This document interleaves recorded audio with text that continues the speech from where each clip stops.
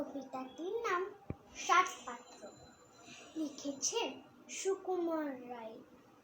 শুনতে পেলুম পোস্তাকে, তোমার নাকি মেয়ের বিয়ে গঙ্গারামকে পাত্র পেলে। জানতে চাও সে কেমন ছেলে? মন্দ নয়, সে পাত্র ভালো।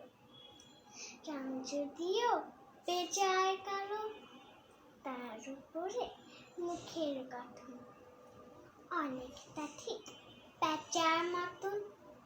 বিদ্যে বুদ্ধি বলছে মশাই, ধনী ছেলে অর্থাপাশাই।